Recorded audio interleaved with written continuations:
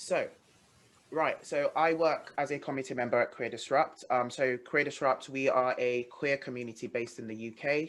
We are co-convened by Anna Ayres and Nick Cherryman, both of whose presence we are graced with here today. Queer Disrupt gives space and voice to members of the LGBTQ plus family and marginalized groups locally and worldwide. We run virtual events, competitions, we host podcasts, one of which I'm in, that's coming out very soon. We publish blog posts. We also participate and collaborate with many other queer and LGBTQ plus groups, one of which you'll be seeing today.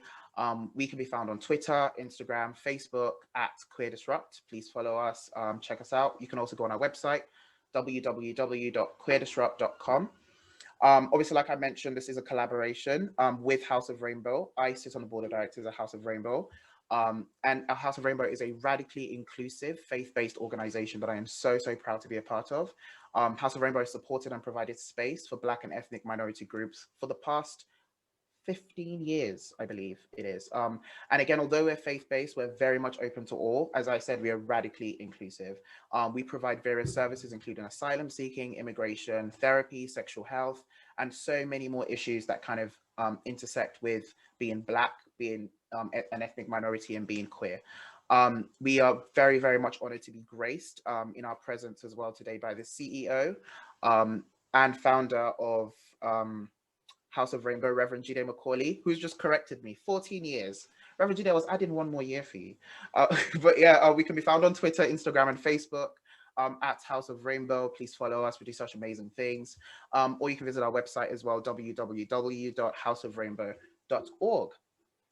Also, I do want to highlight my co-host doing this with me today. Thank you so much, Phoenix Wilkes. If you have any technical questions or issues throughout this event, please direct them to Phoenix. Again, they're using the Queer Disrupt page. So if you just want to at them, and then you'll be able to reach out to them at that point. Awesome. So without further ado, we're going to get into the event. Thank you all so much again for coming. I can't thank you enough. So we're going to start by, first of all, playing a trailer to Defiance for the people that haven't done the homework and watched Defiance, as you should have before coming.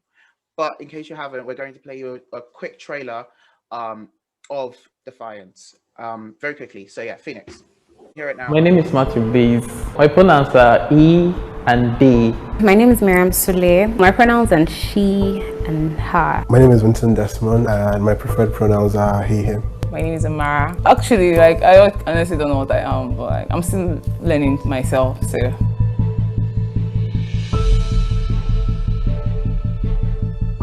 A lot of the challenges that we hear, or that are very common, are typically around socio-economic oppression. You have people who, when they come to terms with their sexuality, with their gender identity and expression, they are met with homelessness. I mean, they sent me out of their house in the heat of an argument.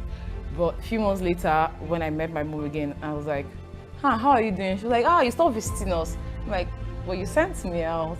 Whenever I told my mother about this occurring, how they beat me in church and all that, she's not so concerned about it. She feels it's a way to make me a better person, whereas they weren't doing anything to me. They were just destroying me while I was a kid.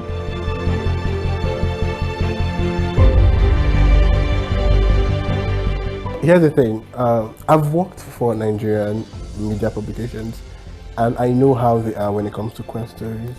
They want the sad stuff. They want this queer person was killed, this queer person was beaten. Those are the kind of stories they want, because those are the stories that Nigerians in general want about queer people. Everybody who is creating content for queer people or about queer people has to do it in hush-hush tones, or cover it under the umbrella term of human rights, or just basically avoid certain terminologies, and those terminologies are needed. I wish there were more art, anything that I can easily, that young queer people now can easily access, and that can help us enable us understand what it was like to be queer at the time, and to really understand how they fought, what they did, how they existed.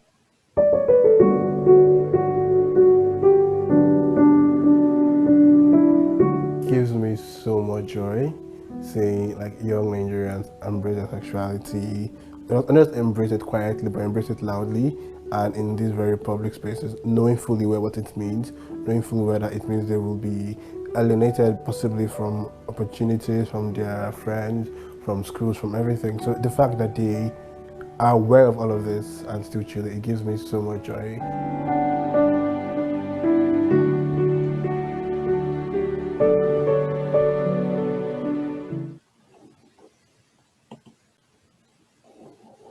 Amazing. Thank you for that, Phoenix. And yeah, that was like I've watched Defiance multiple times, and you people have no idea just how beautiful it is. If you haven't seen it yet, please go and watch it once this is over. But again, that's why this event is here to kind of highlight a lot of the things that were touched on in Defiance. So we're going to start. We're very lucky to be joined by the director of Defiance in the audience today, Harry Itie. So Harry is going to talk us through kind of the creative process, what it means to have created Defiance, the befores, the afters, the durings of Defiance, the creative process behind it, any hurdles, any issues. And Harry's just going to take us on a journey. Hopefully, Harry's one of the most amazing people. I'm going to let him introduce himself because I feel like he's going to do himself more justice. But yeah, please, Harry, introduce yourself and please include your pronouns as well so we know how to address you. Yeah, go ahead.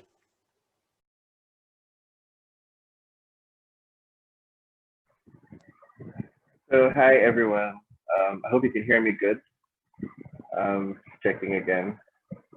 Can you hear me? Can anybody hear me clearly? Yeah, we can hear you.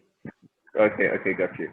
My name is Harry Itie, pronouns are he, him, his. Like Adebayo has mentioned, I'm the director of Defiance, the documentary trailer that we just saw right about now. Defiance is basically a celebration of young queer people in Nigeria who are doing amazing work when it comes to LGBT representation. So they're not just activists in quotes, but they are individuals that are taking up space in their various fields, but are doing it unapologetically queer in the process. And so that is Defiance in summary. But to just take you a bit back to why Defiance was important. After we started the Resting Tank in 2017, there was a need to create content that was that I don't want to say for lack of a better word, that humanized queer people, right? The reporting of queer issues throughout that period from like 2017 to 2018 was very negative. So it was only the arrest we saw on anywhere on digital media. Traditional media would put out reports that would be like, what would you do if your child is gay, in quotes, or would just incite homophobia from the general public. And so there were no platforms that were effectively telling the stories of queer people in the country. And so when the Resting Time started, it was very important that we used our platform to be able to highlight these stories. But in the process, we realized that we wanted to do video content. And for us, we were very passionate. So this project has probably been in the works for maybe over a year, just trying to figure out how best can we tell the stories of young queer people in Nigeria? How can we show that we are here and that our history and our place in history is not erased? And so that was the important. So it came from a place of adequate queer representation in the media. And because like I said earlier, there's basically nothing, right? Thank God for platforms for organizations like Tears, who do amazing work when it comes to putting out authentic queer content and stories, through film and, with Untold Facts and there was Hell or High Water, there was You Don't Live Here Anymore, there was everything in between. So they have been working in that space, but it was important for us to have diverse voices. And so recognizing this challenge and this problem was when we decided to do work on a documentary. And so we spoke to the guys at Love Matters Nigeria, where I actually also work.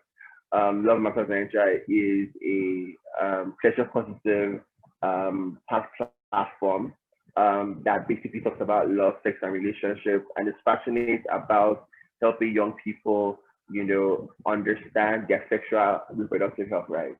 And so they're very passionate about LGBT issues, alongside just general SRHR issues.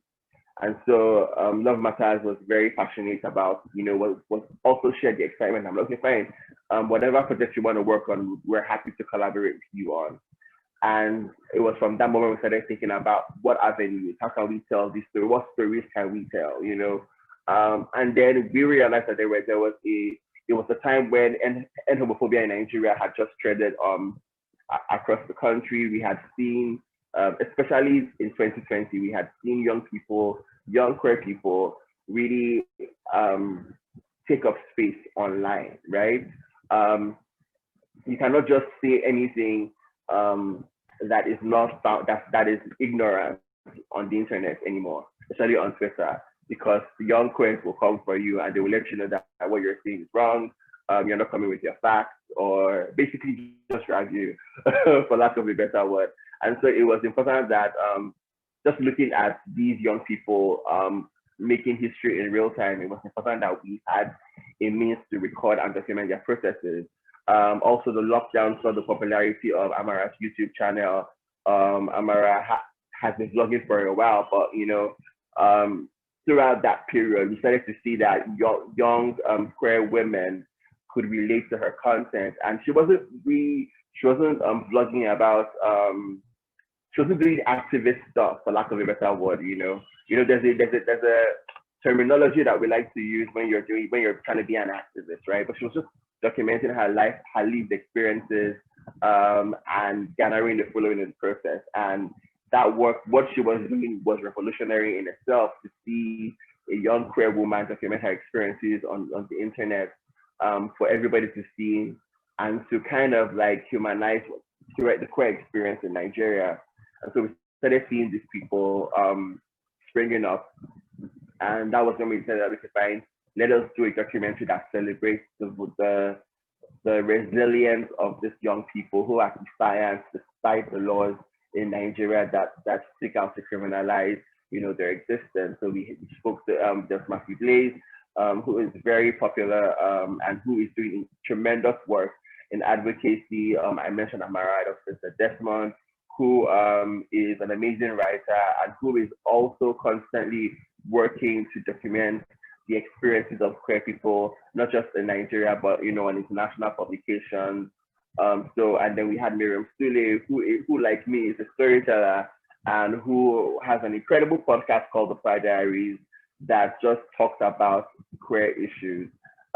These are young people, and they are passionate about advocacy. They're passionate about bringing change in Nigeria. They're passionate about seeing a country, that does not demonize queer people, right? And, this Defiance is a love letter to them in a way, saying that we see what you're doing, we're appreciative of what you're doing, and we will always support you, we will always stand by you as we try and bring forth change to the country. And so that's how we started out. And then we also understood that in just telling these stories, we needed to also come with facts, right? The fact of, it's not enough to just say, oh, these are my experiences, but we also needed to let people have an understanding of what the environment is like for queer people in Nigeria. And that's why it was important for us to have a lawyer to break down the laws in the country and how it affected queer people. And that's why we had like Timinepre, who is a brilliant lawyer and writer, and then she was able to break down some of these laws and how they affect queer people. We had Emmanuel Sadi, who is also an LGBT activist and currently works with CARES, to also come from an advocacy perspective, seen as that's the work that he does constantly.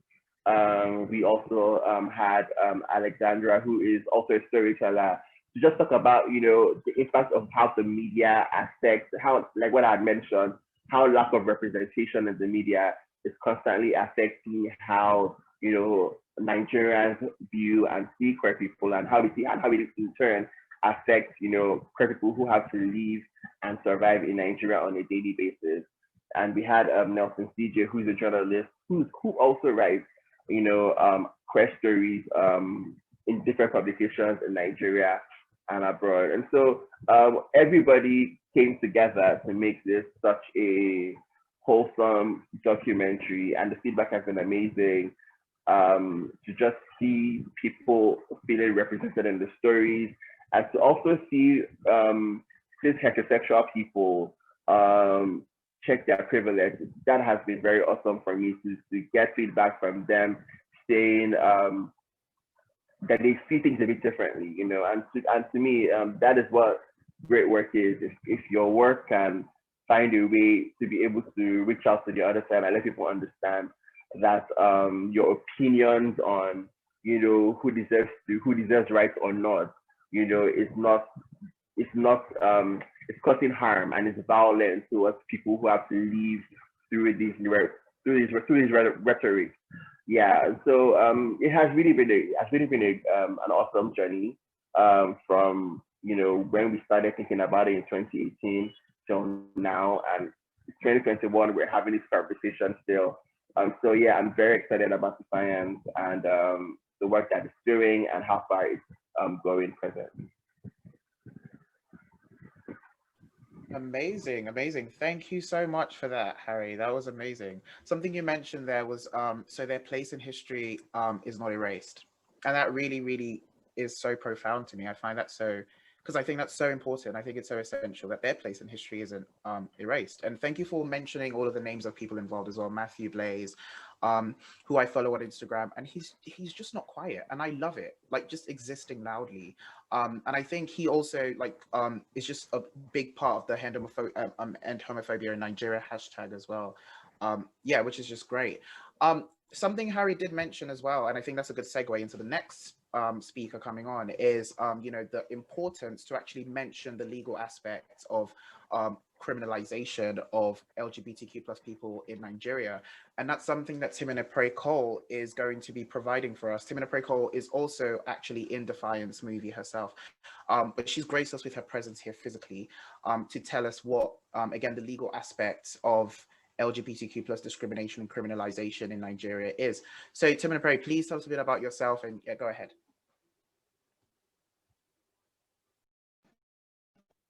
Hi everyone.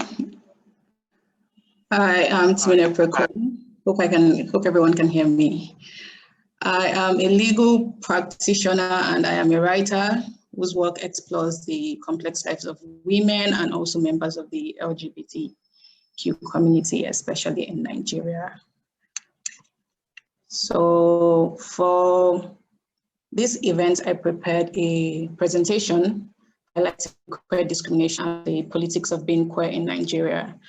And I'm going to try to share my screen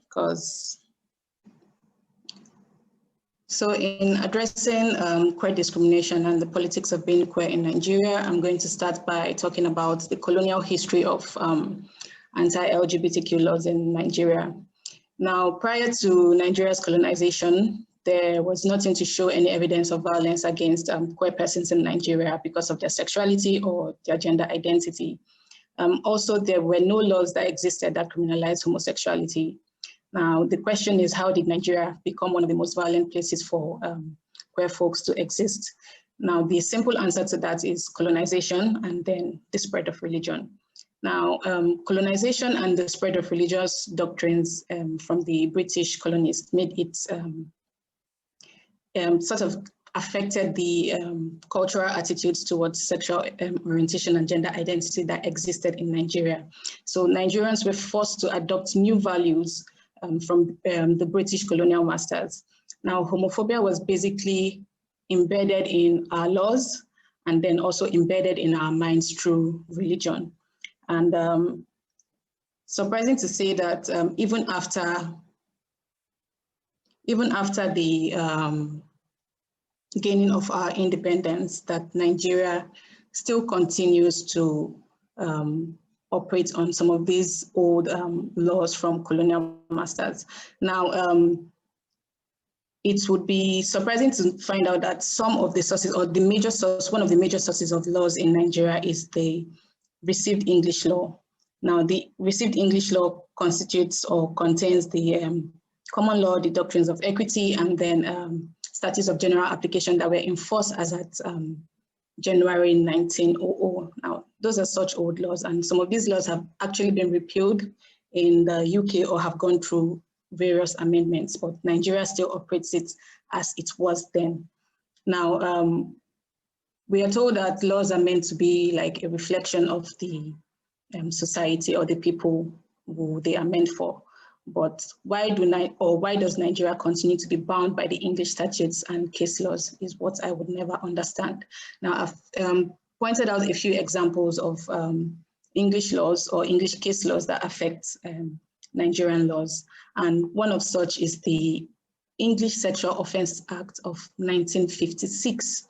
Now, if you look at the Penal Code of Nigeria and the Criminal Code of Nigeria, you can see that these laws or the provisions of these laws are modeled closely after the English Sexual Offences Act of 1956. Now, another example is one of the, like I said, the driving forces behind one of our most violent anti-LGBTQ laws, that's the Same-Sex Marriage Prohibition Act, can be traced to a borrowed definition of marriage in the 1866 English case of Hyde versus Hyde.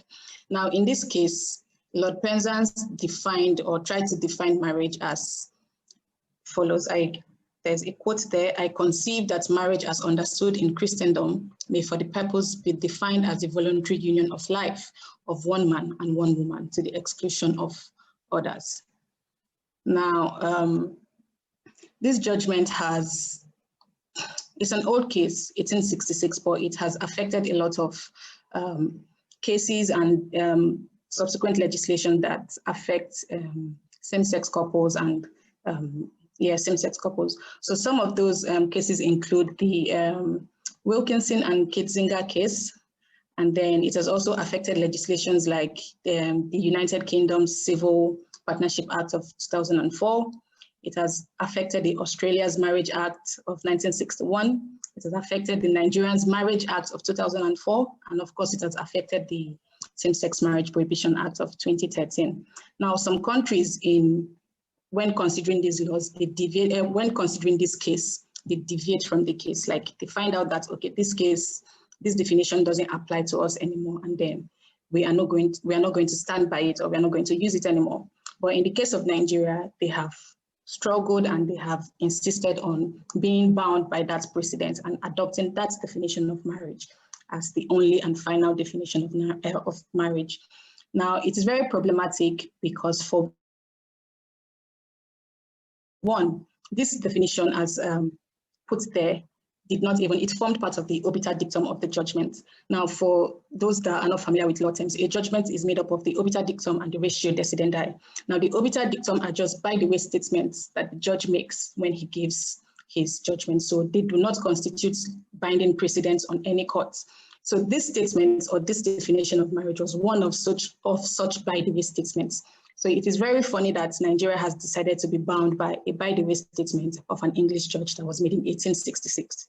Now, another problem with this definition is the fact that it was based on Christianity. Now, using Christianity as a yardstick for this definition is weird because, like, our lives have changed or have evolved, and society and religion is no longer what it is then. Now, if I'm to ask everybody in this room now, not everyone is religious. And even the ones that are religious, not every one of them are Christians. So it makes no sense at all that a religious or a definition of marriage based on Christianity is being used as the yardstick to deny same-sex couples from getting married or starting families and all of that. And then finally, society's attitudes toward marriage has since changed in the society where these homophobic laws were made, but Nigeria has refused to evolve from them. So we are saying the British came into Nigeria, colonized us, and brought in these homophobic ideas. But now in the UK, they have gotten to a stage where they have decided that, okay, same-sex couples are deserving of rights, homosexuals are deserving of rights. Let's not be concerned about what these people do in their private lives. They have gotten to that stage, they deserve rights and all of that. Why hasn't Nigeria gotten to that stage? That's the question that is in everyone's mind. So like I said here, So yeah, the question on everyone's mind is why are Nigerian lawmakers holding on to homophobic laws, which resulted from British imports and were developed without the consultation of the people for whom the laws were made for. So I would briefly talk about some of these laws that are in Nigeria that criminalize homosexuality. I highlighted them as the Criminal Code Act, the Penal Code, the Sharia Penal Code, and of course the Same-Sex Marriage Prohibition Act. Now I would talk about what each one of them says. Now the Criminal Code Act, it applies in the southern part of Nigeria. Now there are certain sections in the Criminal Code that criminalizes homosexual behaviors, kind of. So sections 214 and sections 215 of the Criminal Code Act states that carnal knowledge of any person against the order of nature is a felony and is punishable by 14 years. Now, if you go to section 217 of that same law, it states that any male person who commits any act of gross indecency with another male person, whether in private or in public, is also guilty of a felony and can be punished with 3 years in prison. That is the Criminal Code. Now, we also have the Penal Code, which states in section, now the Penal Code applies in northern Nigeria. So the Penal Code states in section 284 that anyone who has carnal knowledge against the order of nature with a man, a woman, or animal is an offense, commits an offense punishable by 14 years in prison. And then goes further to say that a male person who dresses up like a female person is a vagabond. It describes them as vagabonds, and then goes further to give the punishment of being a vagabond as 1 year imprisonment, and then specifies that repeat offenders would be punished with 2 years imprisonment or a fine. Now, this section specifically targets cross-dressers and also trans folks who seek to express their gender identity through clothing. So it's very problematic. Now, we move further to the Sharia Penal Code. Now, the Sharia Penal Code is probably the most violent of all of these laws, and it has been adopted by 12 of the northern states in Nigeria. I listed the states there, and the law applies to anybody who submits themselves to the jurisdiction of the Sharia courts and every Muslim in the country. Now, the Sharia Penal Code the Sharia Penal Code criminalizes sodomy. Now, it defines sodomy as anybody who has intercourse against the order of nature with any man or woman through their rectum. So what this means is that even heterosexual Nigerians who engage in anal sex with women can be prosecuted under this law. Now, in section 133 and section 134 of the Sharia Penal Code, that section criminalizes lesbianism. It goes further to define lesbianism as a woman engaging another woman in carnal intercourse through her sexual organ or by means of stimulation or sexual excitement of one another. Now, the punishment for lesbianism differs depending on the state. It could be a prison term of 6 months, it could be a prison term of 5 years. And then in some jurisdictions like Kano State, it can actually be death by stoning. Now, another offense under the Sharia Penal Code is gross indecency, and they characterize this by kissing in public or exposure of nakedness or, just generally doing gay stuff in public. And this is punished by caning or by 1 year imprisonment or by a fine. Now, the Sharia Penal Code also punishes vagabonds. Like I mentioned earlier, men who dress in the fashion of women or women who dress in the fashion of men. That's for Sharia Penal Code.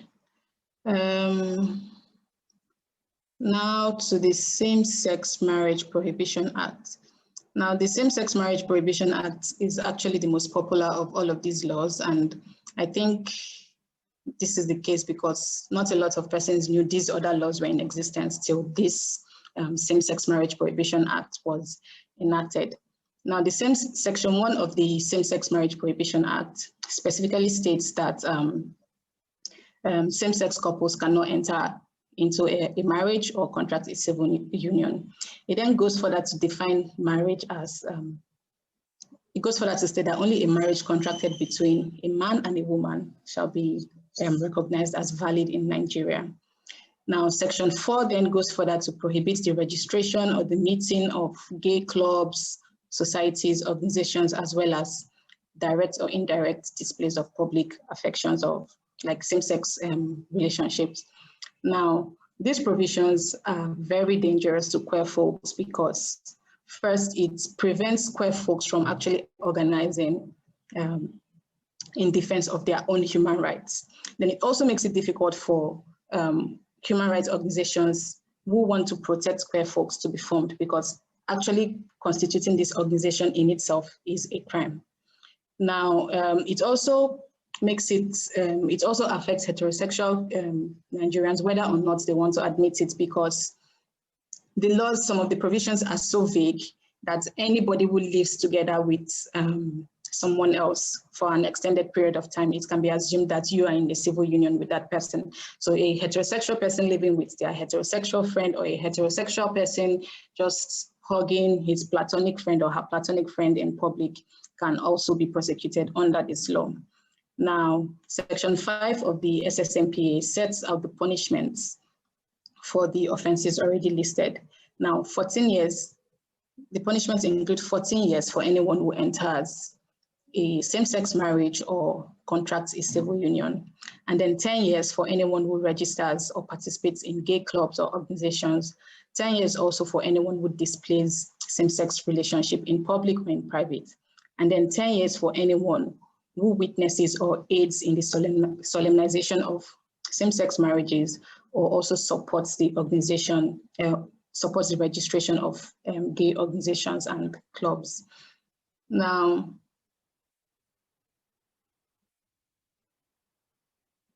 we have heard, I've mentioned all of the laws that, that exist, or most of the laws that exist and criminalize the existence of queer folks in Nigeria. So we might wonder, how do queer folks exist, or how do they survive in the country? What are their rights in the country with all of these laws that exist? And I stated there that the Constitution of the Federal Republic of Nigeria is the ground norm, like is the supreme law in force in the country. So every other law that doesn't, that is probably inconsistent with provisions of the Constitution is going to be void based on that inconsistency. So the Constitution highlights certain rights or guarantees certain rights to Nigerians. Some of those rights include the right to equality, the right to equal opportunity in the workplace, and the right to adequate health care. Now, the Constitution goes further to guarantee every citizen the right to life, the right to freedom of association and assembly, the right to privacy, the right to freedom of expression, and the right to human dignity. Now, these are rights that are accorded every citizen regardless of their sexual orientation or their gender identity. Now, also, Nigeria has ratified various human rights charters like the African Charter on Human and People's Rights, and also the Universal Charter on Human Rights, which guarantees freedom from discrimination and equal protection and equality of individuals before the law. So these are some of the provisions that legal practitioners can use in the defense of queer folks in Nigeria, because if the Constitution guarantees us the freedom to assembly and the freedom to privacy, and we have the SSMPA denying us of those things, then it means that the SSMPA is inconsistent with the provisions of the Constitution. So, and if the Constitution is supreme, it means that only the Constitution or the Constitution should be followed, as opposed to these other laws that exist. However, yes, so however, despite these constitutional provisions, because there are no specific legislative enactments that protect against discrimination or harassment of LGBTQ folks, it's still very easy for homophobia to be weaponized. And the result is that oftentimes queer folks are outed, and when they get outed to their family or to their employers, they lose their jobs, they lose their housing. Sometimes they are denied access to medical facilities and all of that. Now, as earlier highlighted,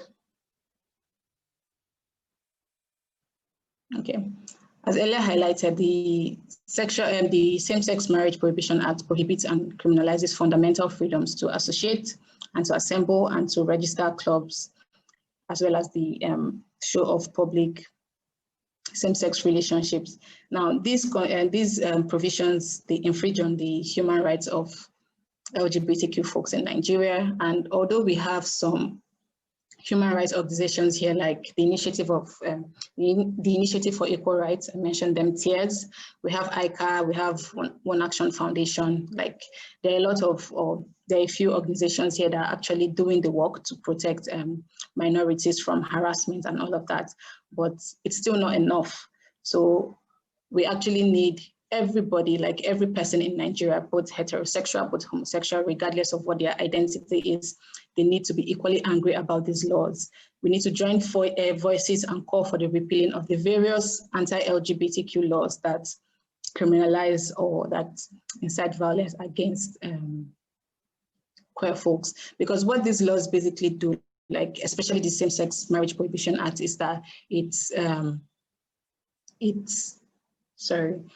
it basically just takes a group of Nigerians and then denies them the basic or the most simplest forms of pleasures and the basic rights that are afforded their cis heterosexual counterparts. So, and there have also been cases of, since the passing of the SSMPA, we can see that there have been increased reports. There have been increased reports of violence against queer folks. Now, this violence includes both physical and also sexual violence. And the laws basically they increase the audacity with which these homophobes actually commit crimes against queer folks. Now, there's also been cases of arbitrary arrests. Most recently, we had the case of the Egbeda 57 young boys who were just arrested for being at a birthday party.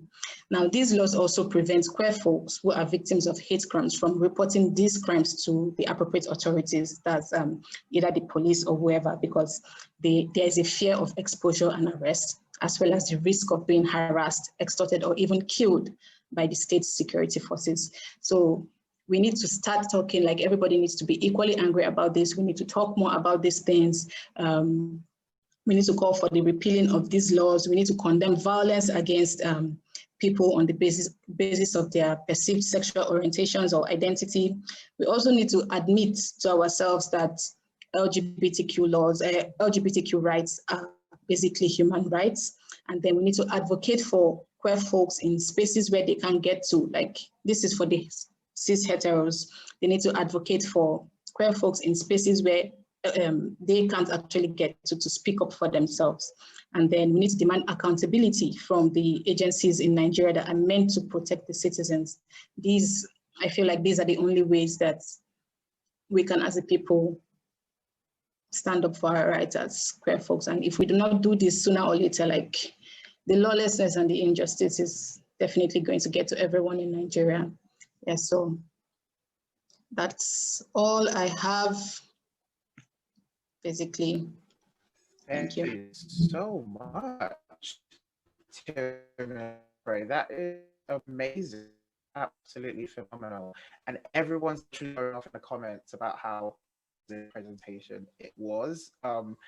And it's just, yeah, it's so detailed. Like, I did not think they were stepping our necks on all of these different places, areas. Like, they just don't want us to rest.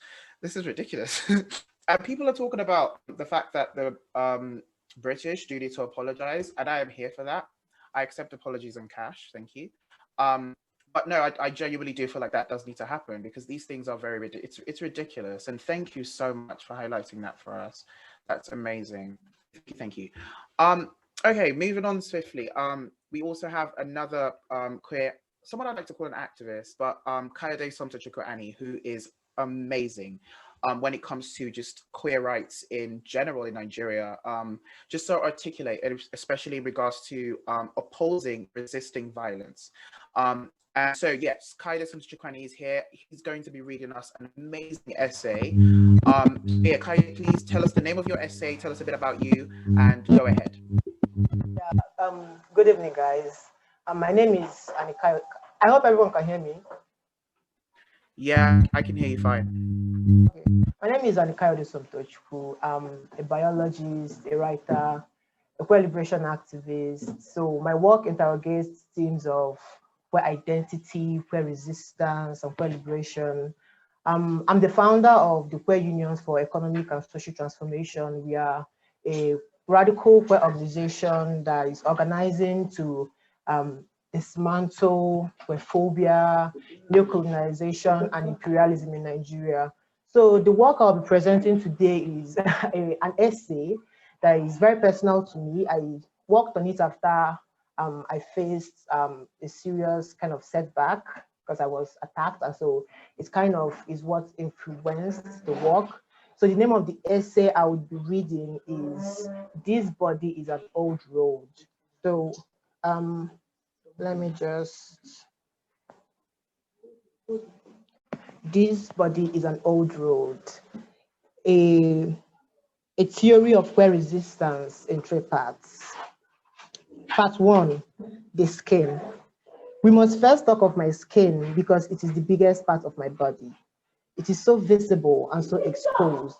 And because of this, all the fights I have waged and won or lost are documented so clearly on it in elegant forms. Book Antiqua, Brock Scripts, Winter Lady, Amadeus, Starlight, Inconsolata, Florel. The visible and invisible. There is a clear spot right here, see, where I know a wound once lived after a boy forced me down to the ground and put me in a headlock for walking too much like royalty. There is an actual scar on my right shin and on my right side. There are gullies on my cheeks, run through by congregations of tears. It is thick, my skin, from years and years of kneading and tanning, from the brutal stretch of prayers and admonitions, of prophecies and condemnations. It is said by the sulfur and brimstones, the landscape the path to heaven. We have to talk about my skin because it is what they first see, what they beat, what they tear, what they try to push into darkness. Pretend this is a lecture so I can tell you a story. Let's talk of evil men with tiki torches that go door to door, purging queer bodies. Why perfectly normal and perfectly balanced people occupy themselves with fantasies about the non-existence of both queer bodies and the fires that seek to quench us. As of 2019, 75% of Nigerians said they supported the SSMPA. 60% said they won't accept queer people, even if the queer people in question were their own family members. Something about this is so abrasive. The vehemence of this rejection, all from these cisgendered heterosexuals whose bigotries are built so sturdily on ignorance. I have all the responses to their arguments crushed into small, swallowable totems I can give as many people as I want. But there is so much indignity in having to argue with someone else about the validity of my own existence. So much violence in being saddled with a burden of proof as heavy as justifying a life. Here it is on my skin. I am, therefore I am. On these same scrolls, there once written whole essays from Evelyn Hooker and Cleland S. Ford and Frank A. Beach. On this parchment was once outlined all the logical reasons why I deserve to live free. And these reasons I had to relitigate again and again, as often as I was denied. Homosexuality as a clinical entity does not exist. Its forms are as varied as are those of heterosexuality. Homosexuality is a deviation in sexual pattern which is within the normal range psychologically. E. Hooker, 1957. I am a biologist. I am, after all, a biologist in real life. Nothing fancy, just a bachelor's. But my skin grows tired, like skin, because it's a skin. I feel like these bears, did you get that? The skin is a large organ. I feel like these bears repeating. It is the largest organ of the human body.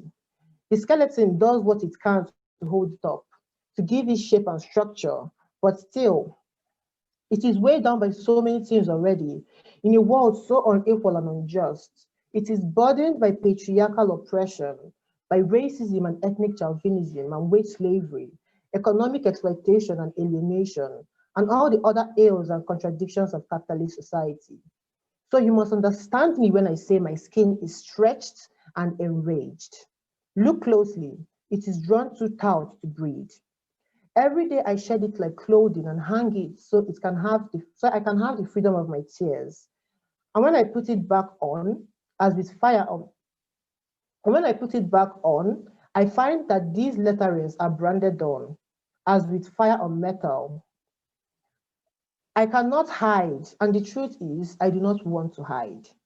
This skin must be seen the way it is. It must be free to be and where it wants. It demands attention. It demands acknowledgement of existence. I am, therefore, I fucking am. I want only to be, not to be blotted with fire, to not live under the shadow of those who kill me and then insist that I was never there. I want to tower. I am tall enough, and even if I were not, I know I can learn to walk in stilts. There is a constant battle in Nigeria. We, and by that I mean where Nigerian people, are constantly under siege. Just pretend we are back to the lecture. This is an important story. First, there are multiple laws in place to bolt my skin down, to cage where bodies to trees that keep us from public view.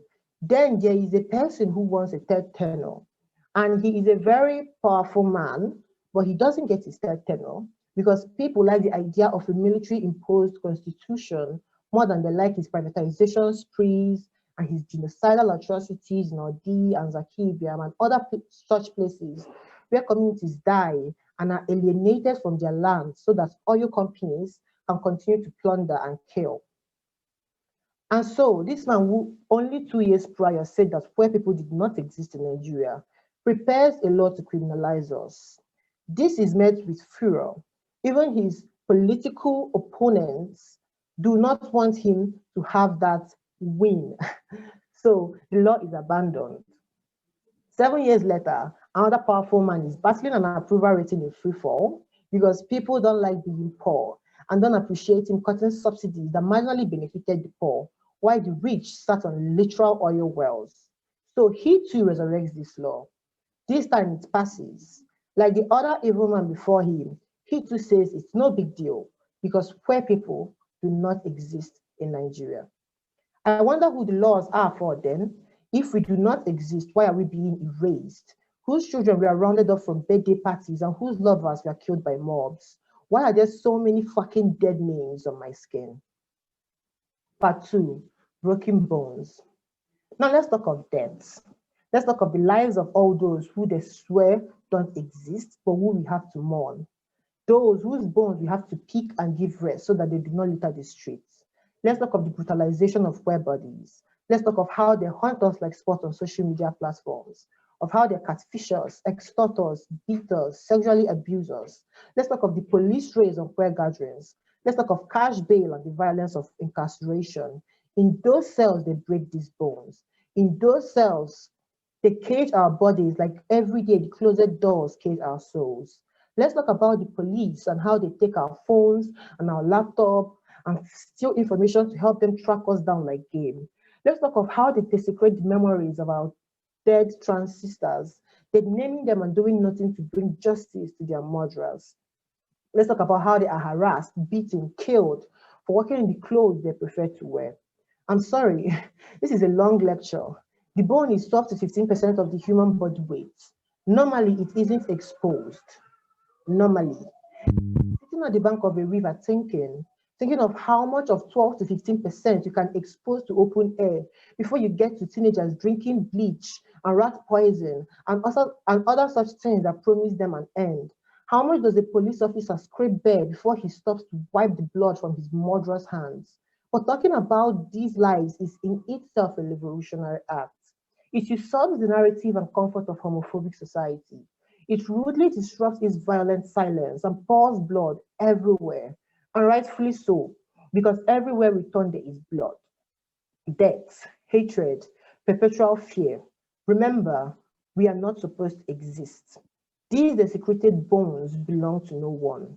These fractures are eyesores, yes, but to whom do the non-existent sing? I get so much hostility for this. How dare I? I am accused of playing a victim because I am, after all, here, openly gay, and no one has killed me. Otherwise, I would not be here. It is enraging to be told this for three very simple reasons. One, because it is a continuation of the denial of the violence we face. Two, because I am alive not because homophobes haven't tried to kill me, but because they have failed. And three, because I do not have to play victim when every single day this homophobic country victimizes me. There is so much pressure to not interrupt the natural flow of things because heterosexuals do not want to hear about death of queer people. Life is hard enough already. If there's anything they hate, it is to be confronted with the implications of the violence of their institutions. They are entangled, all of them, in a competition to share culpability. I love queer people. Go and hold those that don't love queer people to account. I don't love queer people, but I don't hate them either. Go and hold those who hate queer people to account. I hate queer people, but that doesn't mean I support violence against them.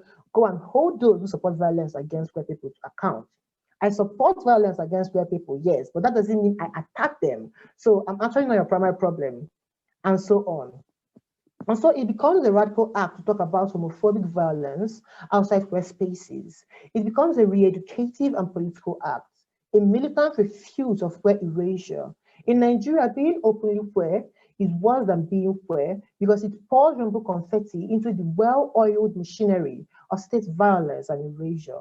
It brandishes a dangerous nonconformity that negates all the myths on which demonization and pathologization of queer identities is built. Now, in place of a dangerous, obscure novelty, you have a human being. Now, when they say abomination, I can tell them to spell it so I can laugh in their face as they try to understand why I am not ashamed, why I am not plagued by internal anguish, why I do not want a cure. Bones, broken bones are the stories of my fallen brothers and sisters and siblings I carry with me into sanctified spaces. I breathe life into their pasts, even those I never met. Hopefully, they can live once more in the dreams of those who stayed silent while they died. Part 3, fingers that heal. They ask how we can find pride in all this. It is an interesting question now that I think of it. I am looking at my fingers. I tell this boy I love that my fingers are actually very beautiful, that they are the most beautiful thing ever. They are long, elegant, strong, full of anti-imperialist, communist rage, full of resolve and resoluteness. He takes them in his hands and he looks at them. He knows they're beautiful, but he won't say that. He smiles instead. These fingers have reached into the deepest bowels of this hateful earth to find me hope, to save me from despair. With them, I have covered my face from blunt force. With them, I have repudiated every last stroke of negation. With them, I have loved myself. They are rich depositories of revolutionary commitment to my freedom. So many pages have they turned, and so many words have they calligraphed on paper and signed with my name. Look at them. Resistance, queerness, unabashed, unashamed queerness, pride, pride like a mouth full of song. So many times they have tried to break it. Those who do not understand how a man like me can love himself in the midst of a sea of voices telling him he is unworthy of love. They have tried to break them as they have tried to break me. This is the third part of this theory. I guess what I am saying is that there is such beauty in that strain of revolt that refuses to go quietly, that refuses to acquiesce to helplessness, that refuses to disappear from existence like the people at the helm of this neo-fascist police state wants. There is so much strength in refusing despair, so much courage in shouldering on under the brunt of the state and the church and heterosexist society and refusing to fade into darkness. This resistance comes from the hope of imminent queer liberation. It comes from dreaming, because another way they break us is by telling us we can't dream. When will the SSMPA be repealed? When will sections 214, 215, and 217 of the Criminal Code be repealed? When will sections 284, 405, 407, and 408 of the Penal Code be repealed? When will Sharia stop being used to adjudicate criminal law? At the beginning of this year, I wrote, "This is decade homosexuality gets decriminalized," but I never sent the tweet. I left it in my draft because I was afraid to tweet it, afraid that it was a laughable thing to tweet. So much has been stolen from us that to hope, openly, not just in the comfort of your heart, constitutes a revolutionary act. It not only commits to fighting what appears to be insurmountable circumstances, but it insists on its eventual victory. Will homosexuality be decriminalized in Nigeria this decade? Frankly, no one can say for certain, but actually, yes, it will. So much. I hope everyone can still hear me. Sorry. Oh, we are listening and we are just vibing. Please continue. So much we are dampened by talks about being realistic, as though being killed isn't what we have to live with as reality, as though there is anything more realistic than keeping in sight a future where you are free. The truth is that the lack of hope is hurting us. We are so afraid of saying what we want to see, so afraid of giving voice to our dreams that we argue ourselves down. To overcome homophobia, we must first expel the doubt and despair it has planted in us. We must first overcome our fear of putting our voices to freedom because of what naysayers will say. Who cares what they think? Who cares what is feasible? We just want to live. We want to live free. And we have to be willing to have faith that it can indeed happen. There is so much pride in doing that. This pride comes from the refusal to be demonized, the refusal to accept the pathologization of queer identities. Every day we navigate a hostile terrain whose aim it is to erase our stories, to break our bones and dip our marked skins in bleach and say, see, nothing, there was never anything here. I guess what I'm saying is that these are the things that sometimes go through my mind as I take full cognizance of all the markings of my body, full acknowledgement that this body is an old road, traveling, head high, towering. I can see where liberation. I can imagine it in concrete thoughts. I don't know how long I have to walk to get there, but I know that the point of living is not to merely exist, but to thrive. And I refuse to be satisfied with anything less. So thank you guys. Oh my God. That was beautiful, Kayode. Honestly, like, thank you so much. Like, mute Kayode for a second, just because I think the feedback was coming from his end. Kayode, that was amazing. Oh my goodness.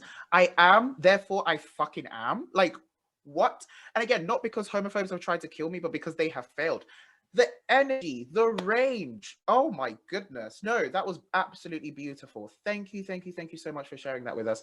Honestly, like, every single person on this panel is amazing. So please, everyone in the audience, go and follow them.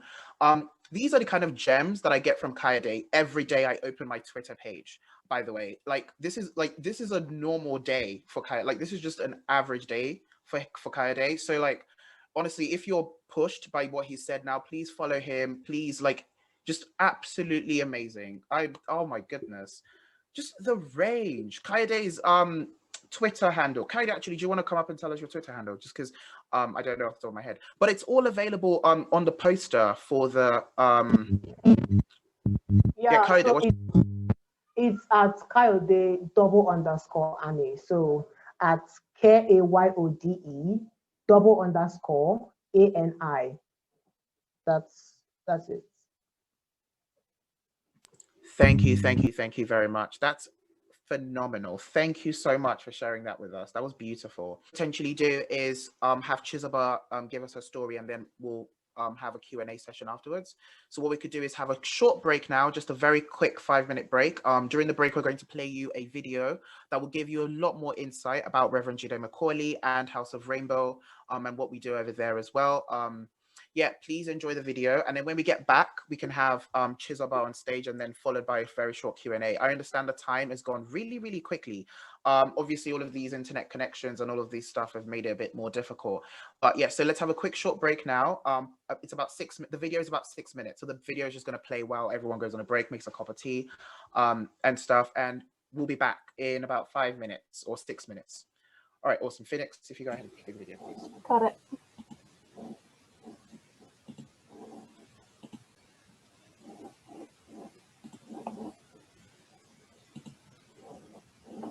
I believe, as a Black African gay man and a Christian theologian, that God loves everyone just the way they are. Okay. Hi. Growing up as a young Sorry for the person, network's really fluctuating here. Okay. Sorry, can you hear me? Hi, sorry Chizoba, we just were taking a 5-minute break while you were having trouble, so we're just starting that. Yeah, Chizoba, so what we're going to do is we're going to play this video out, and once this video is done, we're going to have you come on stage and tell us your story, yeah?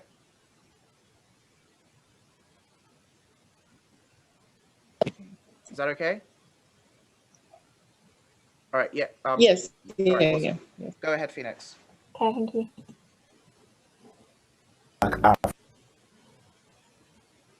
African Nigerian, I think that the word gay did not feature in our vocabulary. The word homosexuality does not exist at all in our language.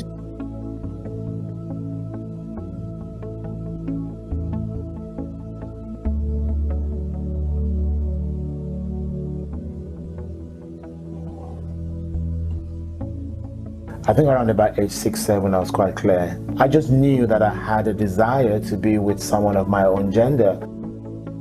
My family was a Christian family, quite conservative. We go to church almost every day. At age 13, because I was so involved in church, studying my Bible, I discovered the text in the Bible in Leviticus 18 verse 20 and 20 verse 13 that says in black and white that if a man have sex with another man is an abomination and they shall be put to death. I've always felt from that moment that God don't love me and that I was an abuse, I was an abomination to God.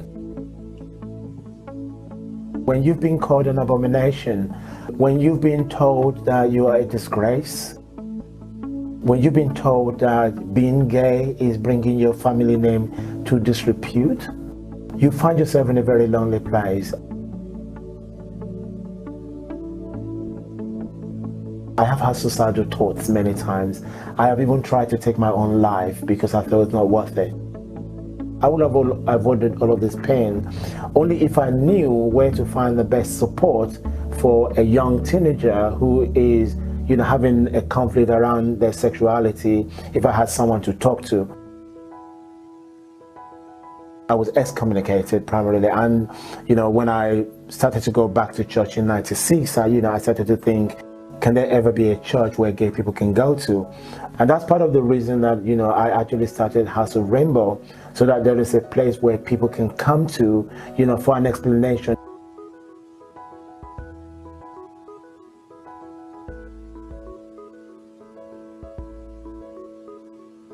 In August of 2006, we were ready to start House of Rainbow. The following month in September, we started with an opening service with about 32 people in attendance. So first day wasn't bad at all, and in subsequent weeks the number started growing.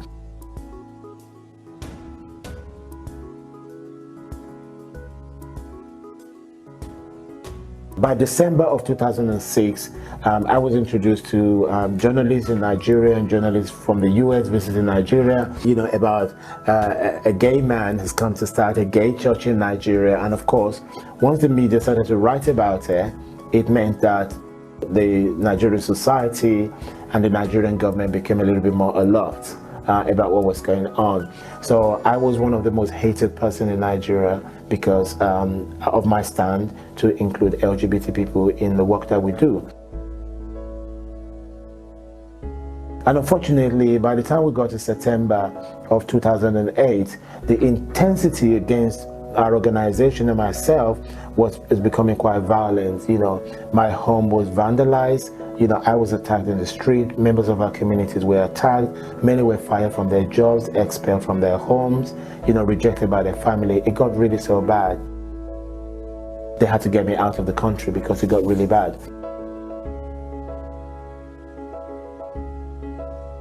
In 2010, I made a conscious decision that we need to restart the organization. So we restarted the organization in London. And since then, we've not looked back. There is a time in life where we were told who we are, and that's not who we are. But when you realize who you are, then you need to turn around and say, this is who I am. There is another scriptures in the Bible that I love so much. It's in Romans. Those who were not loved shall be called beloved. So I'll say to people within the LGBT community that we are beloved because we are children of the living God. And I will say to people, particularly to the LGBT community, our parents, our friends and allies, don't listen to all the things that the pastor says in their sermon, in their churches against the LGBT community. You need to listen to yourself and listen to what God is saying to you. The same Bible that is used to condemn homosexuality is also the same Bible that we're using to celebrate homosexuality, because God loves us just the way we are.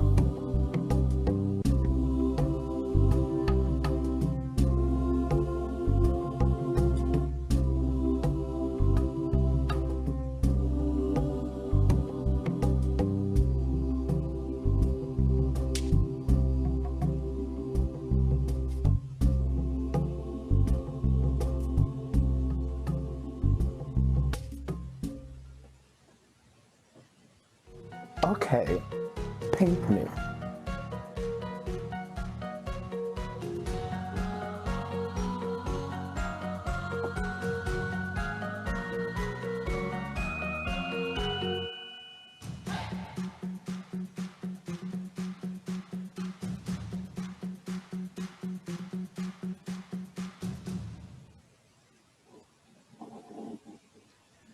That was phenomenal. Thank you so much for that. Thank you for sharing that with us, Reverend Jide.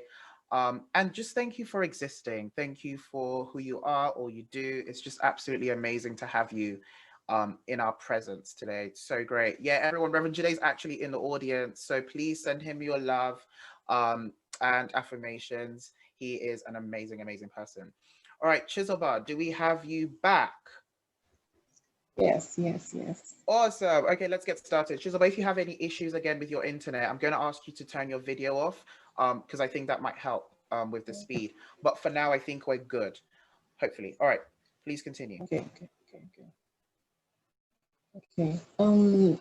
My name is Chizoba Okosa, and I'm a proud trans woman living in Nigeria. And living in Nigeria as a trans person, it's not easy. Why? Because being able to pass in Nigeria is like a top-notch something, because if you're unable to pass, there's a possibility of being clocked or being humiliated. And also, being a trans woman in Nigeria, I remember the feelings, like when I was little, I felt like there's something different about me. I felt like when I see my friends, my classmates, there's something like there's this thing different. I felt like I should be one of because I play a lot with the girls, and I felt like I should be like them.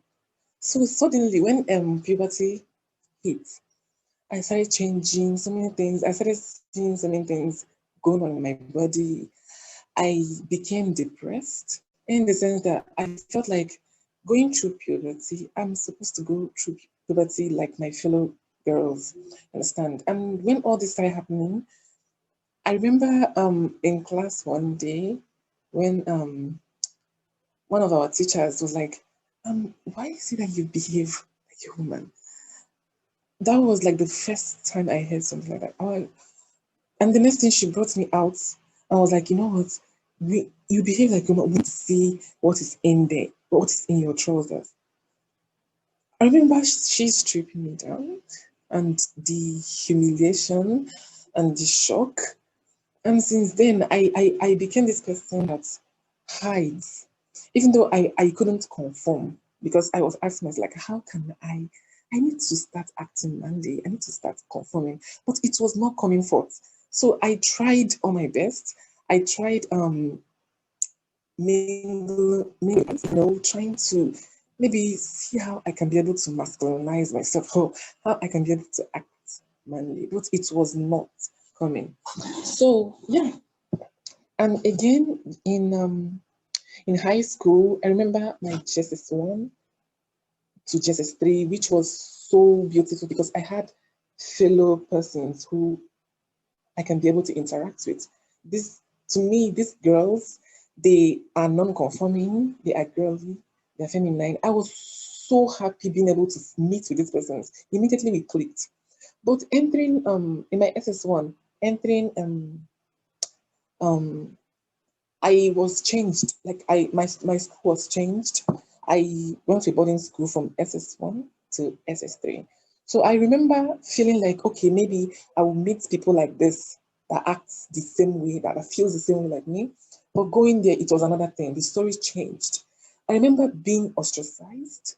I remember the feeling of like the bullying. Like there was one day I was reading in class and a guy just came up to me and just slapped my head. Like he slapped the back of my head. I was like, what did I do wrong? The next thing he was like, you people, we don't need you people here. You are demons. You are disgusting. Then he told me like he spilled so many things that day, and I was like why do these people hate me? What is wrong? I don't know. Like why is it that because of the way that I act? It's not as if I have come onto someone and maybe try to say to someone, no, just because of the way that I feel and act. And these acts are being given to me. And okay, I remember once upon a time, that was in SS2. I remember sleeping and the next thing I heard, guys, my fellow classmates coming inside the hostel, grabbed me and they were like, today we're going to remove the demons inside of you. That day was like, it was so miserable because they had to take me to the field, flogging me. It was like an exorcism in the sense that they felt like they need to flog away this behavior, this feminine part of me. Understand? So it was something I will never ever forget. I remember them all rounding me up, flogging me with palm fronds, with cane, spitting on me, and even praying that God should remove this from me. Oh my God, I remember the next day packing my things and going home, and it wasn't as if home was the better place. I had issues at home, so in the sense that my aunt and the husband felt like it felt like everywhere I go, it was all the same. Like nobody could try to figure out and understand the person I am. And okay, and then fast forwarding to finishing high school, I was so happy, like relieved that this has passed because I don't know, like I really don't know how I passed the high school. So okay, I remember coming out of school and then phone came out. And then I started browsing. Like I was like, why is it that I'm the only one that feels like this? Why is it that this is happening? Is it that I'm cursed? Yes, I remember asking myself that. Is it that there's something wrong with me?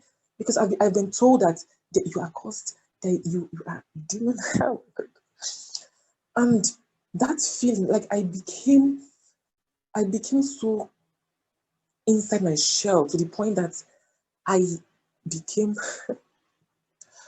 I had this self-hatred about myself and also about the people that behaves like me.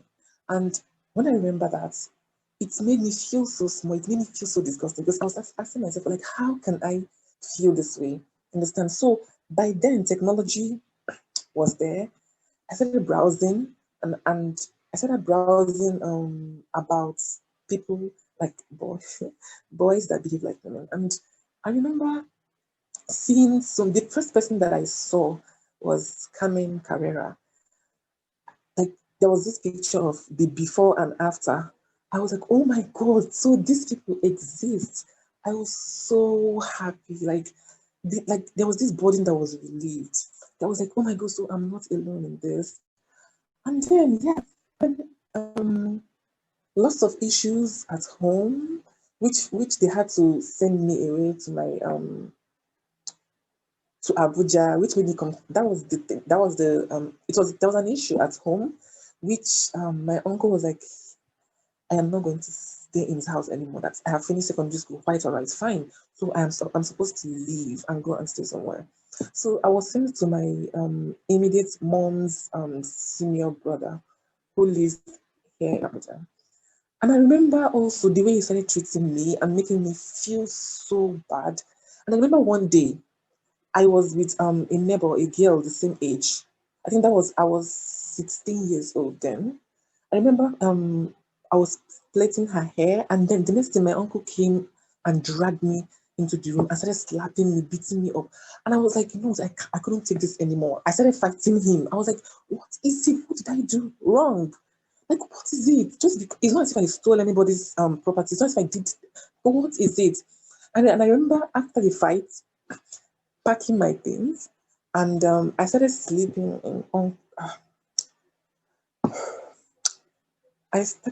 in uncompleted buildings, meeting all these rough guys and living a dirty lifestyle. Until today, when I remember those things, I cry because I felt like what is going on? Okay, and then finally I started working, and I was happy at least something is coming in. And that was 2012. I worked till 2015, and by then I was so manly, so because I felt like let me try to make people like me, and I felt, and when I remember this, like I started gymming, I started growing muscle. Oh my god, and just to make people like me, you know. But when I started researching about like people that behave like me, I found that word transgender, which I was like, oh my god. And then I started doing deep researches about how to become the real me, like how to take this thing that makes me feel like I'm drowning. I started researching how to start medical transitioning, and finally I was able to do that myself. And in the sense that there are so many YouTubers, trans YouTubers, who talk about their monthly lives as a trans person. So from there, I started medically transitioning, and oh my god, the feeling, because I understand I had a very I had a very high gender dysphoria, in the sense that I never felt okay with my body, but trying to make people love me, like me, just for who I am, which they couldn't.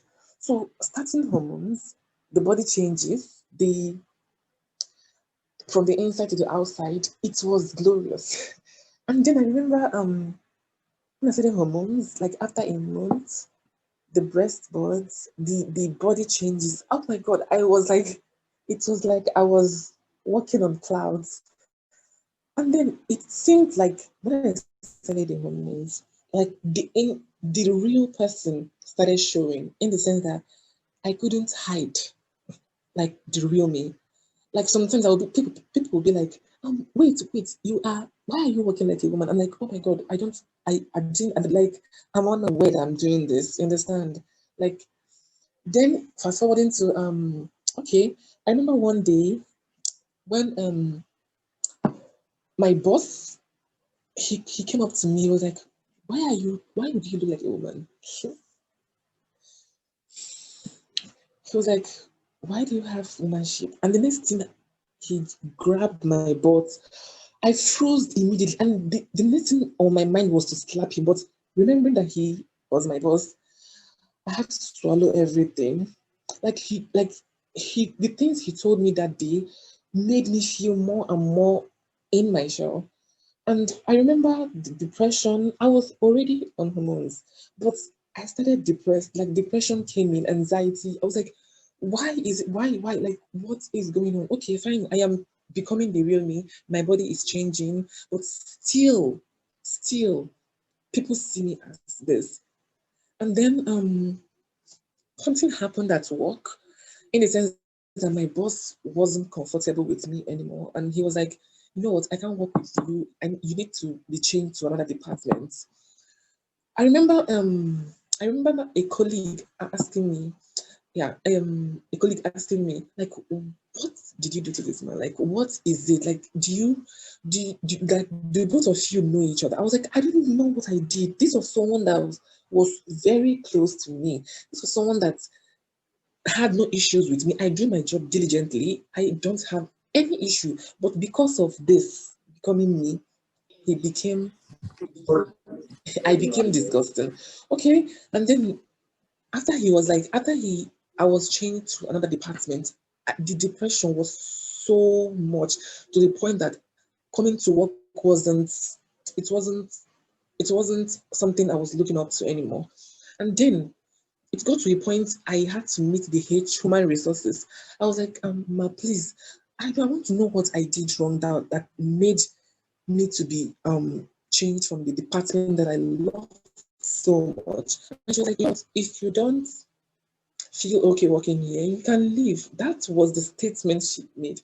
And I was surprised. I was like, oh, she's even into this. Like she really wants me to leave. Like, not even telling me of it. So I had to resign, but it was too much for me. It was too much. I had to resign, and then having no job and no financial income.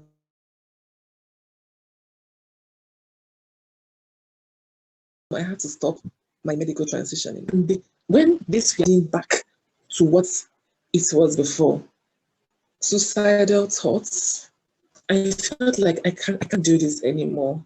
Because first of all, financially, I wasn't stable. Second of all, like, everyone around me hates me so much. Like, I was like, I can't do this anymore. That was when I met, during that time, I met one a trans woman like me, and she helped me throughout everything. And yeah, I started meeting fellow trans persons. And even though I was meeting these people, but I felt like I need to return back to myself because I'm not loving what I'm seeing. My body is reversing back. Like, I felt like, oh my God, like, how can I just be alive watching my body changing? It was too much for me. I was like, I need to talk to someone. And like, I can't do this alone. And then I remember meeting a psychologist, a therapist, asked me something. Like, he asked me a question like this: what, do you pray? I was like, yes, I pray. He was like, are you sure that this is what God wants you? I was like, wait, excuse me. You are a therapist. You're not supposed to bring in religion into this. You're supposed to tell me words that are positive, that should make me feel okay about myself. So I remember leaving the therapist, and then okay, I remember leaving the therapist and going through non-employment,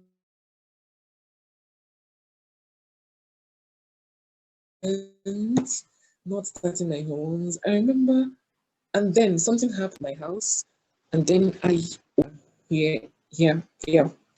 I remember the feeling, in the sense that my body was still changing.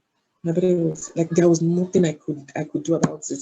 And I also remember reaching out to so many people, like, please help me. I need to restart my hormones again. I can't take this. My body is changing into what it was before. And I remember no help was forthcoming. And then one day I was like, you know what, I can't do this anymore. I went and purchased sleeping pills, like 3 pack of sleeping pills. I remember they were 28 in 1 pack, so I had to open all the packs, which was huge. And then I was like, you know what? I can't do this anymore. It's better for me to just leave this world peacefully, because how can I cope? Like, what is like? I remember downing the pills, sleeping, and the next thing, around 4-5. But then I was still in the safe house then. I remember 4-5 waking up, feeling so nauseated, feeling so like I felt so dizzy. I was vomiting blood, like I was peeing blood. Oh my God, I was hallucinating. So many things were happening. I was like, what is going on? I'm not supposed to. I was even thinking that I was dead already because it was pitch dark. Like I couldn't see anything. Like, okay. So after that, it seemed like the drugs didn't work, of course. But me to leave the safe house I was brought into another safe house here in Abuja, that was in 2018. Yeah, I remember because I spent 4 months in the safe house I was before, and then moving into another safe house, which I spent 2 years in. And living there, I was depressed because there was no counseling. Nobody was talking to me. Like it felt like I'm on this alone. Like really, yes, I'm on this alone. But it felt like I couldn't understand myself. I was so mentally deranged. Like I couldn't understand what is going on with me. And I remember a friend of mine who asked me, this was during I was feeling so bad. I remember this person asking me, what is wrong? I used to see you like the other person and now you are becoming this. Like, what is wrong? Are you gender confused? And that alone made me feel more depressed because I was like, oh, you're asking me if I'm gender confused. I wish I am supposed to be where I am today. I wouldn't have stopped this. And I remember questioning him, like, why should you ask me that question? You saw me the way you didn't even ask me, like, what is wrong? The next thing you're like, are you gender confused? I remember I remember counseling him and telling him all about me as a trans person, and he understood. He was like, "Oh, sorry." So, okay, and then yes, staying in the safe house for 2 years. I remember on 2020, last year, around October, something happened in the safe house which got us being thrown out in the sense that they were like, okay, you people have stayed for a long time. You need to go find a house. And we were like, that is not the reason because yes, of course, something happened, which should be a test.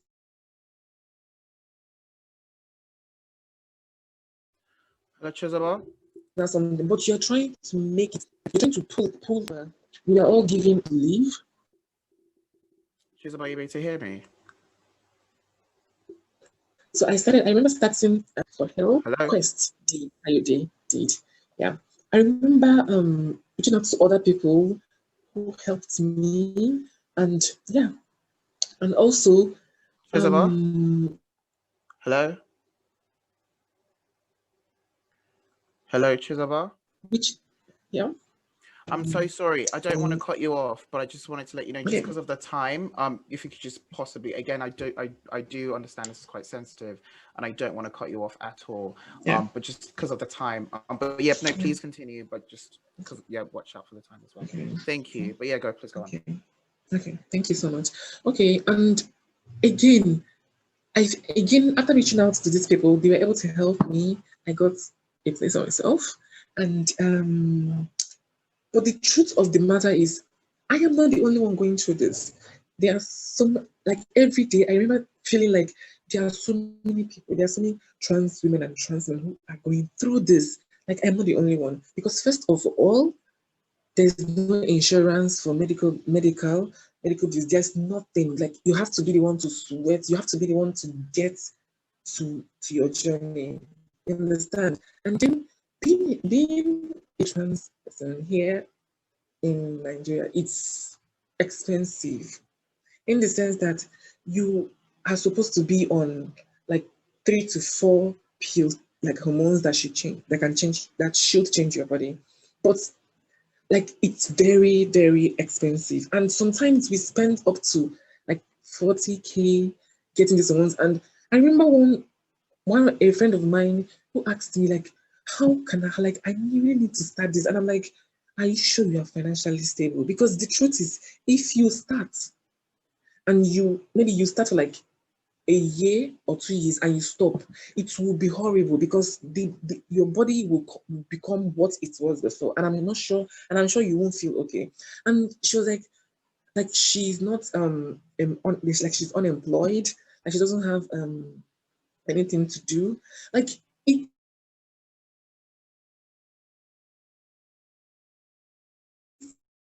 became like literally I feel the same because you take medical transition, like you do medical, which appeals, and then you do laser hair removal, which like to remove some things from your body. And then what else?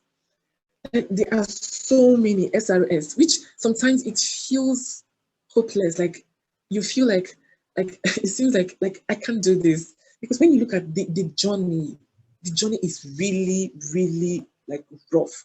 It's something that someone who is very, very financial stable can do, you understand? And again, yeah.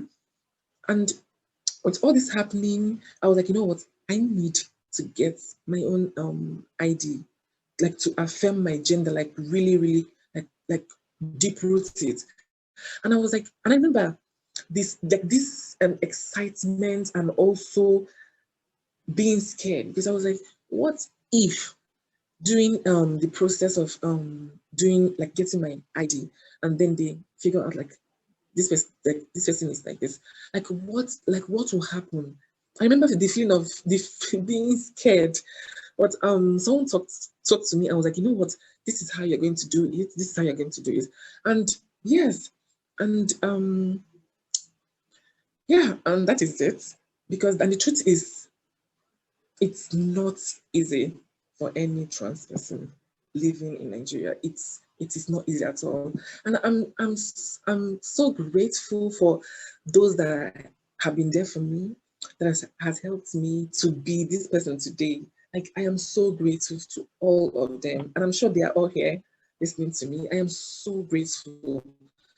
But the truth is, I'm not the only one going through this. There are so many of them. I have so many friends who would like to start, and keep on. Like because not being in your body, like not being in the body you are born into, it's something I don't know how to describe it. It's like gender identity. You don't know your identity, or you know your identity, but you can't pull forward to get to that place. It leads to suicide, leads to depression. And I have had